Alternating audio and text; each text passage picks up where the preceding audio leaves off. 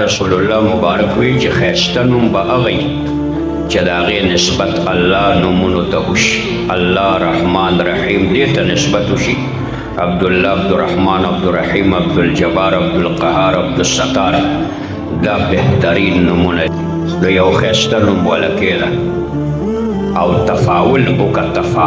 تفاول دې ته وایي چې زه دې زوی له عمر نوم اږدم چې الله په ده کې د عمر صفتونه پیدا کړي، او زه د خپل زوی له ابوبکر نوم اږدم چې الله په ده کې د ابوبکر صفات پیدا کړي. دې ته تفاول وایي، پال نیول ورته په پښتو کې وایي، او دا په شریعت کې جایز دی. د یو صحابي، د یو پیغمبر او د یو نیک سړي، د یو نیک عالم، د یو ولی نوم ایښودل خپل زوی یا لور له دا ښکلې طریقه ده، او موږ ته شریعت ته دې انتخاب کړی دی چې ښه نومونه کېدی. رسول الله مبارک وایي چې کله ستاسو په کور کې بچی پیدا شي نو یو 3 کاره زر زر وکوئ.